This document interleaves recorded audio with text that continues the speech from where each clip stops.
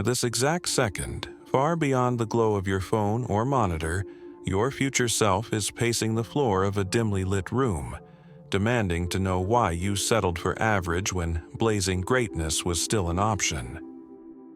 The air crackles with one electrifying question. How do I forge a mind so unshakably powerful that people hesitate between applauding me and fearing me? Time is hunting you. Complacency is sharpening its claws. But in that raw space between dread and desire, a thunder-scarred voice rises. Friedrich Nietzsche, growling through centuries. The higher we soar, the smaller we appear to those who cannot fly. Tonight, we refuse to crawl. Over the next 20 minutes and roughly 3,000 words, we will build you wings of tempered steel, crown you with volcanic resolve, and leave mediocrity trembling in your shadow. The first spark in the furnace is Nietzsche's elusive mantra, the will to power. Forget cartoon villainy. This power is not the petty thrill of dominating others. It is the profound, incandescent drive to expand every faculty of your being until life itself staggers back in awe. What is good? Nietzsche asks. All that heightens the feeling of power, power itself in man. Translation: anything that enlarges your courage, focus, and imaginative range is moral. Everything that shrinks it is treasonous. A mind that terrifies does not chase applause. It chases its own limitless horizon. That pursuit begins with a reckoning. Enter radical honesty. Picture yourself stripped of titles, followers, bank balance, and comforting labels. Only the pulsing, vulnerable core of you remains. Nietzsche's dagger-sharp command, "Become who you are," means incinerating every lie you tell to stay acceptable. Stand before an actual mirror tonight and name one belief that keeps you docile. Does it expand your range or cage you? The terrifying mind seizes a scalpel of self-interrogation and slices through inherited dogmas. Each sliced illusion liberates neural bandwidth for creativity and audacity. Honesty without overhaul is sentimental. So comes creative destruction. Nietzsche revered Dionysus, god of ecstatic chaos, because nothing novel grows in soil guarded by yesterday's fence posts.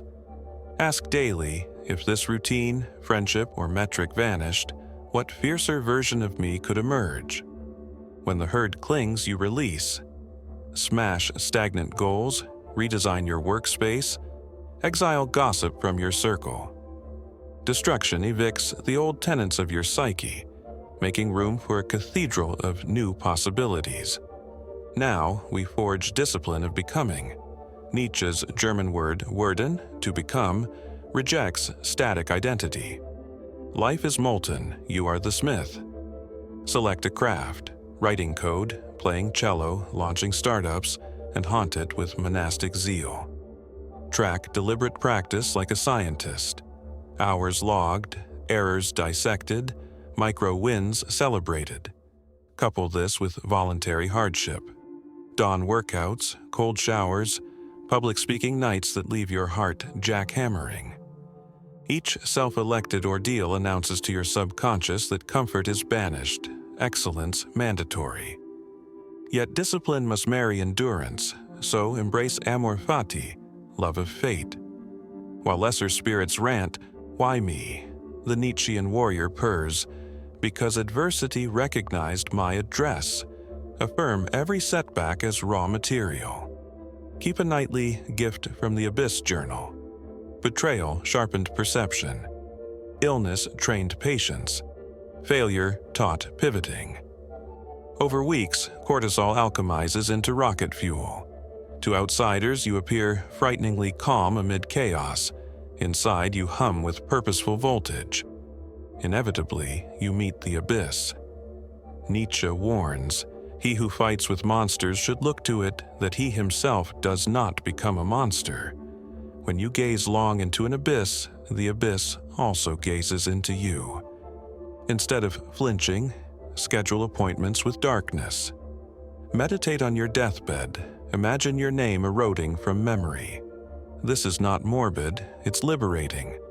Awareness of impermanence vaporizes trivial fears. When death becomes real, procrastination dies first. Armed with mortality's clarity, cultivate the grand style of thinking. Small minds drown in gossip. Towering minds surf tidal ideas. Carve out silent hours to wrestle with Heraclitus, Simone de Beauvoir, James Baldwin, Hannah Arendt. Let their language infiltrate your syntax until casual complaints sound like static. Nietzsche scoffs at small virtues, safe opinions that lull us into conformist slumber.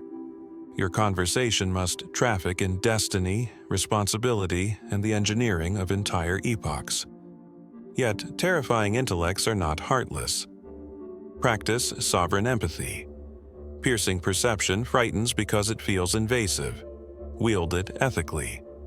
Listen until silence confesses secrets. Ask, which wound built your armor?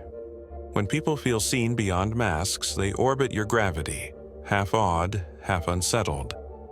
Influence becomes covert architecture, guiding without coercion, empowering without pampering. To protect clarity, master the art of solitude. Nietzsche's alpine hikes weren't aesthetic, they were strategic. Solitude strips societal static and lets intuition roar. Schedule monk mornings with no devices, or entire weekends walking phone-free. In that vacuum, boredom mutates into ideation. You return to humanity carrying an inner homeland no critic can invade. Next comes joyful ruthlessness. Conduct weekly audits of tolerations, laggy software, draining associates, junk food disguised as reward. Slash them with a smile. Host quit parties for habits you outgrow, toasting each deletion with espresso or champagne. Celebratory brutality rewires the brain. Growth equates to elation, not grim duty, so momentum sustains itself. Standing near the summit, wrestle with eternal recurrence. Nietzsche's thought experiment. Would you joyfully relive this life, every triumph and tragedy on an infinite loop? Terrifying power means designing days you would willingly repeat forever. Architect dawns of creative flow, afternoons of strategic labor, evenings steeped in learning and intimate conversation. Satisfaction migrates from distant milestones into the texture of ordinary hours. Blueprint in hand, we descend into execution. Tomorrow at sunrise, spend 10 minutes in radical honesty, journaling one lie to burn. Immediately schedule an opposing action. If you fear rejection, pitch your boldest idea today. Devote 90 focused minutes to your craft, logging mistakes and breakthroughs. Over lunch, ingest 3 pages of a philosopher outside your cultural bubble. Afternoon, destroy a toleration. Evening, note, gift from the abyss and whisper amor fati before sleep. Repeat for a decade. Rumors will swirl that you are either unstoppable or insane. Momentum loves ignition, so act within 60 minutes of finishing this video. Send the email that terrifies you. Apply for the scholarship you think is out of reach.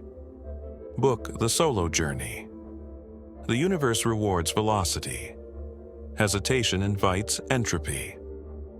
As Nietzsche exhorts, the secret of harvesting from existence the greatest fruitfulness and the greatest enjoyment is to live dangerously.